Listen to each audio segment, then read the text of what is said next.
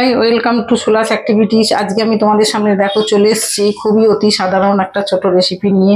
কি না, আমাদের বাঙালিদের অত্যন্ত প্রিয় বিউলির ডাল। এই বিউলির ডাল আর পোস্ত আমাদের বাঙালির প্রিয় খাদ্য, সবাই জানো। তাই এইটা চলো তোমাদের সাথে শেয়ার করব। রান্নাটা দেখে নিও, আর তোমাদের যদি এটা ভালো লেগে থাকে অবশ্যই লাইক কমেন্ট শেয়ার করে দিও। আর আমার চ্যানেলে যারা নতুন অবশ্যই সাবস্ক্রাইব করে দিই। তাহলে চলো দেখা যাক। হাই ফ্রেন্ডস, আজকে তোমাদের সামনে আমি একটা খুবই সামান্য আর খুব সহজ রেসিপি দেখাচ্ছি, অথচ বাঙালিদের অত্যন্ত প্রিয় এই খাবারটা। সেটা কি না, দেখতে পাচ্ছ বিউলির ডাল। এতটা বিউলির ডাল নিয়ে নিয়েছি। আচ্ছা, তার জন্য আমি প্রথমেই দেখো রান্নাটা কি করব। সামান্য কড়াই একটু তেল দিয়ে নিচ্ছি, না দেওয়ার মতন।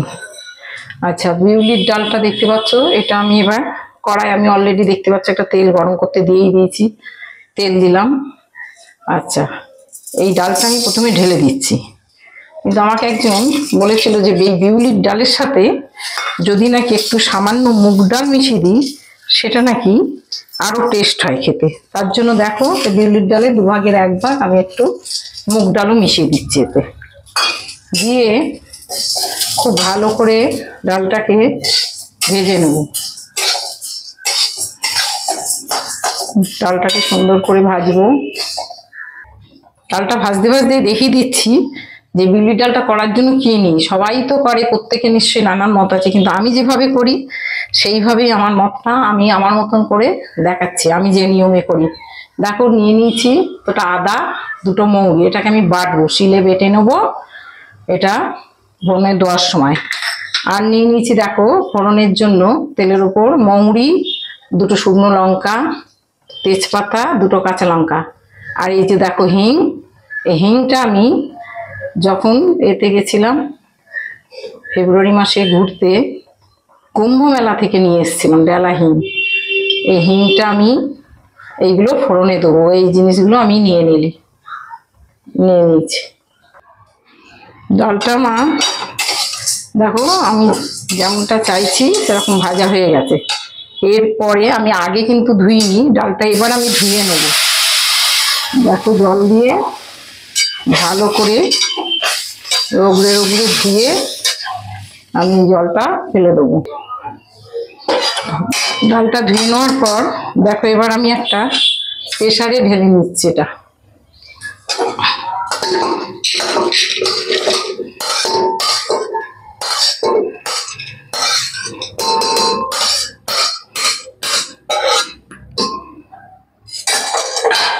পুরো ডালটাকে আমি প্রেসারে ঢেলে নিলাম। এবার আমি এতে জল দেবো, আর একটু জল দেবো আমি।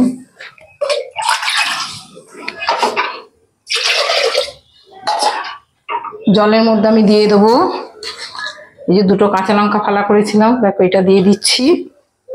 আর দিয়ে দেবো একটু নুন দিয়ে দিচ্ছি। দিয়ে এটাকে আমি এখন সেদ্ধ করতে দিই।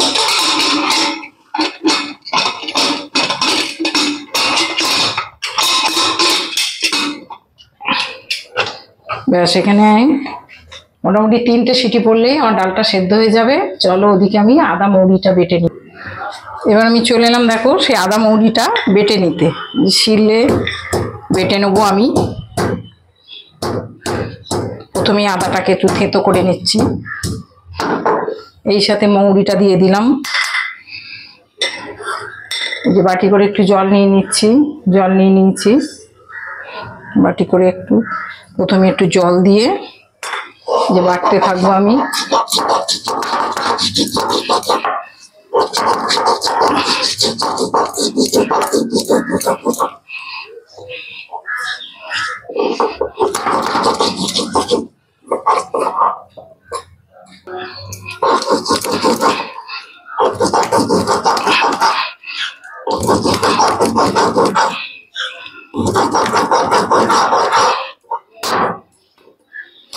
তাহলে আমার আদা মৌরিটা এখানে খুব ভালো করে বাটা হয়ে গেল। এটা আমি একটা জায়গায় তুলে নিচ্ছি প্লেটটায়। দেখো আদা মৌরিটা আমার বাটা হয়ে গেল। এবার শিলটা ধুয়ে আমি জলটা একটা বাটিতে নিয়ে নিচ্ছি।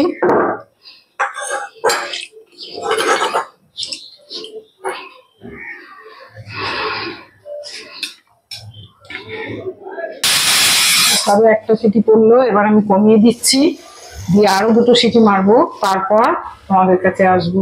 চলো, চলে এলাম 3টে সিটি পড়ার পর। দেখি ঠান্ডা হয়ে গেছে প্রেসারটা, এই যে দেখতেই পাচ্ছ। এবার আমি এটা একটা জায়গায় ঢেলে নিচ্ছি। প্রেসারের মধ্যে পাটনার জলটা দিয়ে আমি একটু নাড়িয়ে ঢেলে নিলাম এতে।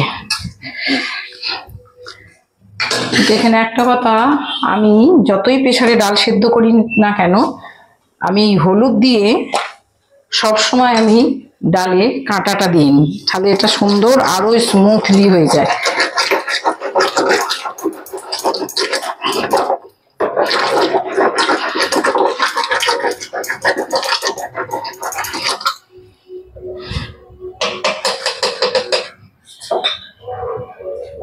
দেখছো কাঁটা দেওয়ার পর ডালটা সেদ্ধ হয়েছে, কত সুন্দর স্মুথলি হয়ে গেছে।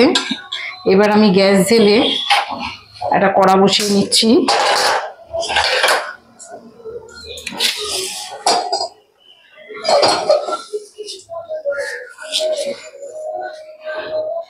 কড়াটা বসিয়ে দিলাম।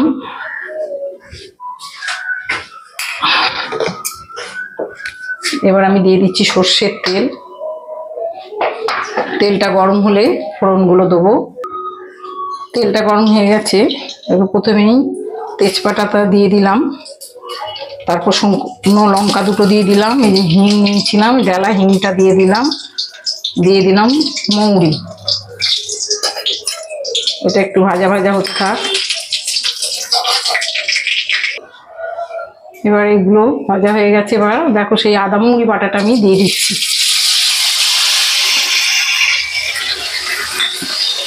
এটা একটু তেলের উপর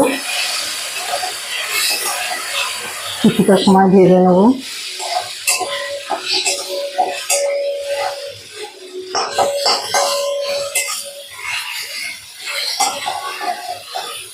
একেবারে খুব বেশি আমি পুড়িয়ে ভাজবো না, তাহলে আদা মৌরির এই সেন্টটা চলে যাবে। যাই হোক, অর্ধেকটা করে আমি নেড়ে ভেজে নিলাম। এবার দেখো আমি সেই ডালটা ঢেলে দিচ্ছি। এটা ধুয়েই আমি একটু পরিমাণ মতন জল দিয়ে দিচ্ছি।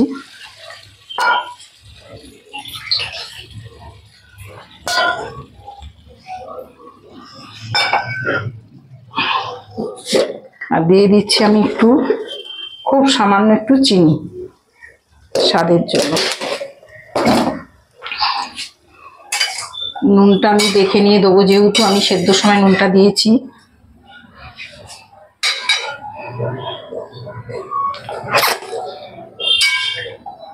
সেদ্ধর সময় আমি নুনটা দিয়ে দিয়েছি, ওতেই আমার হয়ে গেছে। এবার আমি একটা চাপা দিয়ে ডালটাকে ফোটাতে দিচ্ছি, একটু টক করে ফুটবে, তারপর আমি নামিয়ে নেবো। চলে এলাম আবারও দেখতে ডালটা হচ্ছে নাকি। এই যে দেখো কেমন টক বক করে একদম ফুটছে, ভালো করে নাড়িয়ে দিচ্ছি। এবার আমি এটাকে একটা পাত্রে নামিয়ে নিচ্ছি। গ্যাসটাকে বন্ধ করে দিলাম, দিয়ে একটা পাত্রে ঢেলে নিচ্ছি।